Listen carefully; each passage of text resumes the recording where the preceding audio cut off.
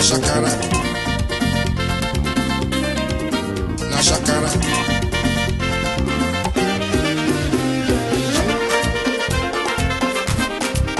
na Shakara.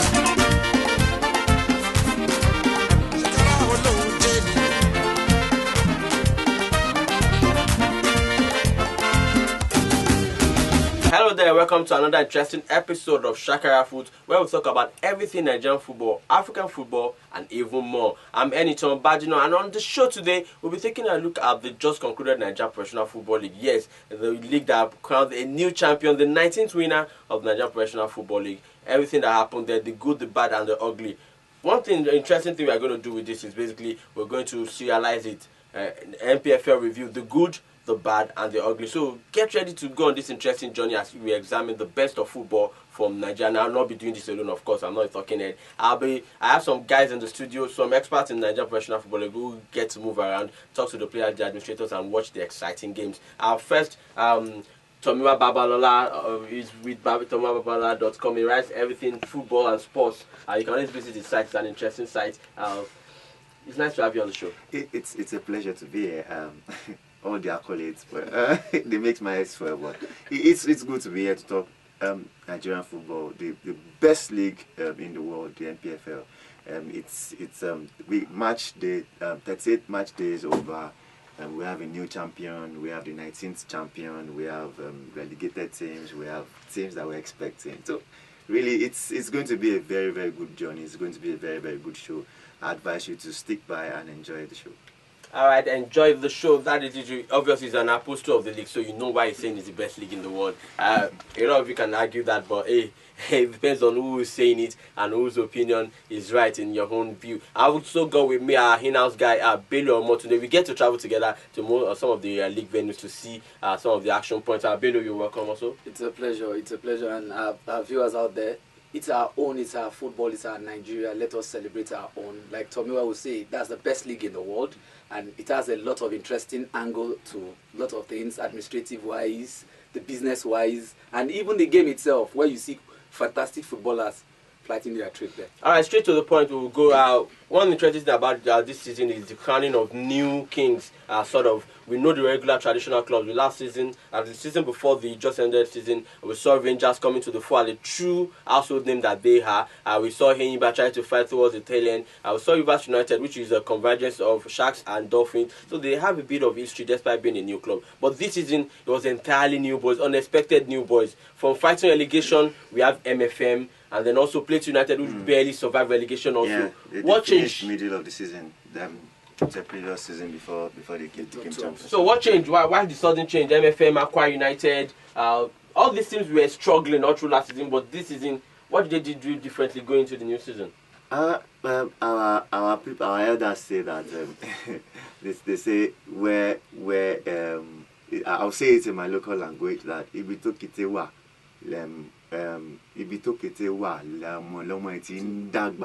that is a mother gives birth to a child. Literally now, a mother gives birth to a child. At the point the mother stops growing, then the child grows up, become the same size. So it looks like the traditional teams felt they were too big. They neglected a lot of things, and a lot of changes, hiring new coach.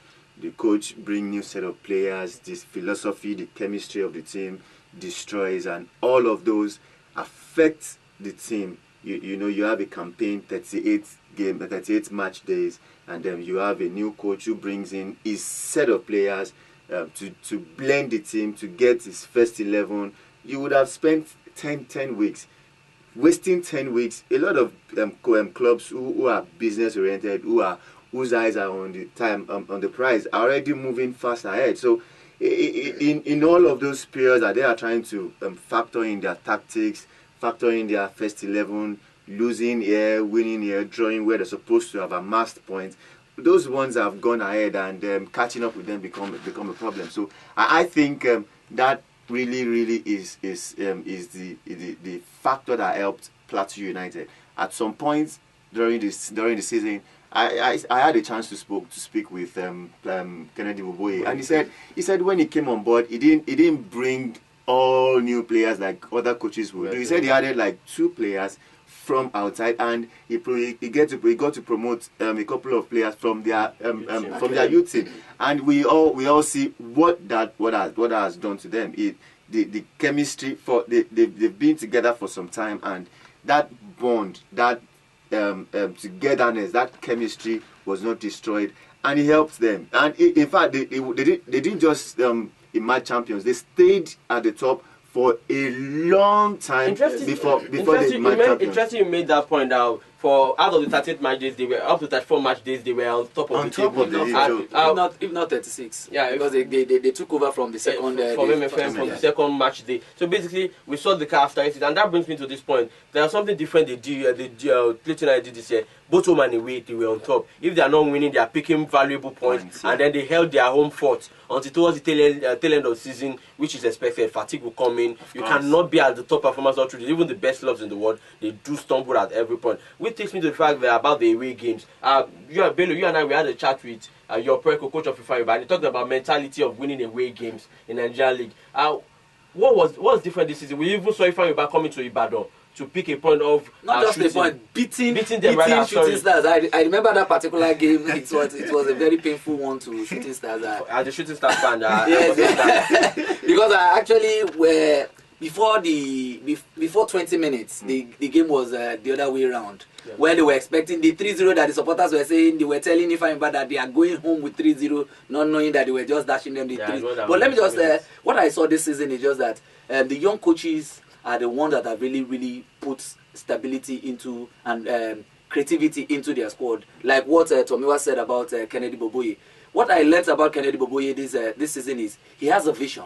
He sold his vision to his players, and they stick to it, and they have a pattern as well. If you watch them all through their game, I remember watching them playing against these same Shooting Stars.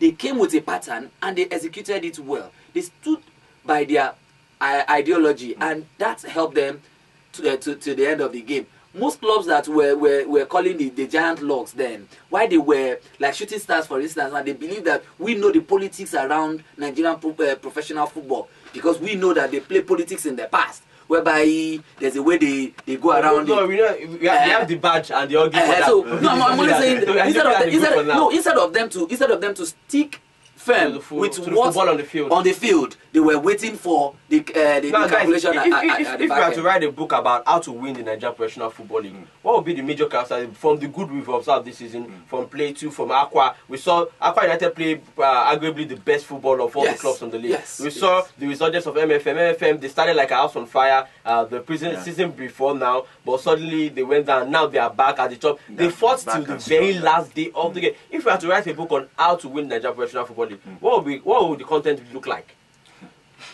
Well, what would be your first? Okay, let me allow it. Well, for me, I would say that the first thing is having a creative coach that has a vision, and also having a team that understands the coach very well. Not just a team, a youthful team that has that strength, because Nigerian football is all about strength and your skills upstairs. Let me use MFM as an example. This same MFM that we are now talking about at the second season happens to be the one that were fighting against relegation last season. That they were at the peak of going down again with the last day. Now the coach that saw them through relegation, that did not allow them go relegation, now mixed one or two things. I remember when he was scouting new players, a particular player was there, a striker, and the player was like, I'm one of the best. The coach just told him, he said, you are not in my vision. You did not play. I'm looking at a player that once I connect with this player, he will understand. And you are not giving me that. That is the only reason he did not pick that particular player. At the long run, that player saw that, okay, no wonder this person, that he felt that he's not even worthy to be in that team. The coach picked that player, and that player turned to some. Today, the player is not in the country anymore. So for coaches that understand things like that and is selling that into his team, I think we need more of them. And don't forget, when we saw them at the coaching clinic in Abuja, Kennedy Boboye, Dukudi, Makinwa and Elechuku, and even this Fatai. You see the zeal, you see the composure in them, you see the vision and understanding that yes, they want to bring new things. And in bringing new things, there is this popular saying: "Attack win you games, but defense wins you championship." Case study of Plateau United's defense this season, the massive goal difference, plus 20. As against the nearest team had maybe I believe plus 4, plus 5, or plus 7 or thereabouts. That's MFL. It's a huge difference. What is the role of defense in winning a championship? Well, I think it's not just defense. It's the whole thing. Yes, you have got to have a solid defense. You have got to. Defense can also always be the whole team. You have got to. Do you understand? You have got to have a solid back 4 or back 3, regardless of the formation you are using. You have got to have a solid defense. But then your defense at some point, if they're not getting help from the midfield and the attack, they will get tired. My people will say, slap this face today, slap this face tomorrow. If you're not careful, that face will not see well. Go blind, you won't see well. So yeah, in the move for poverty.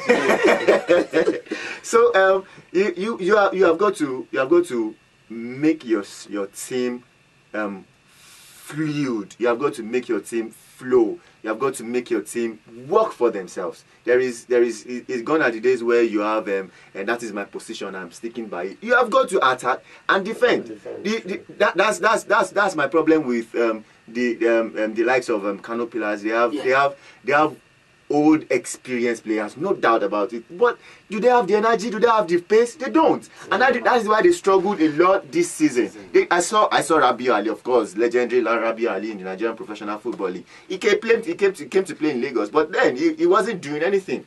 He was as short as Onua was. He took charge of the entire midfield, and it took the likes of Jamiu Alimi and Chinedu Udoji to try to suppress the guy. You understand? So you have got to mix as much. Sometimes experience is overrated. You have got to mix a lot of young, energetic, pacey players in your team, and they must have sense as much as they want to attack, to defend. Best way, attack, defend. Then you are confident of getting. I think that takes me to the point that I was at the leadership summit sometime and talked about while experience can inhibit you, experience can hold you back because you passed the road and it didn't go well. You probably will not want to go down that road again. Yeah. And that has been evident in Nigerian professional. People rest too much on experience. If you want to survive relegation, Remo Stars might have been relegated, but they tried their own beat in terms of playing away, sticking to new players. Maybe on another season, on that time, and another season, maybe they could have escaped. They got one or two few things wrong. Yeah. They were jittery at the beginning of the season before they found out that hey, actually we could do this. Yeah, and even the change of coaches, that didn't help. Yes. It's a particular point. But some quick honourable mention. We also saw this season crowning of stars. We fell in love with Stephen Ode, Honora. We knew him more. Sometimes at the end of the game, we have some pictures which will pop up about some of these players who the fans now, the young fans are coming to the stadium. They are hugging, taking pictures. Superstars are being crowned. Yeah, of course. Like the captain of Plateau United. A lot of Gobe. That man has one wonderful throwing that I don't know. I think he's the freaky guy. Itodo is the throwing. Itodo happens to be the only player that anytime I want to watch Plateau United, I look for him on the pitch of play. That where is this man? Do you know why? I want to just see the length of his hand. Maybe it's the length that is supporting his throw or what. But that man has a fantastic style, and if you see him play too, you understand that yes, this man understands what he's doing. He's a professional at everything he does. And when you see players in Nigerian Professional League, even families can now have confidence that yes, let me go. I have a friend that at the last game he brought all his family to come and enjoy. He said, "My wife, anytime I talk football, you don't like it, but come and see this." Naturally, and the wife at the long one we were chatting later, the wife said, when they almost scored, I was like, those scores. So now you understand what football is all about. You see, Nigerian Professional League is well encompassed this season, and I really give kudos to LMC.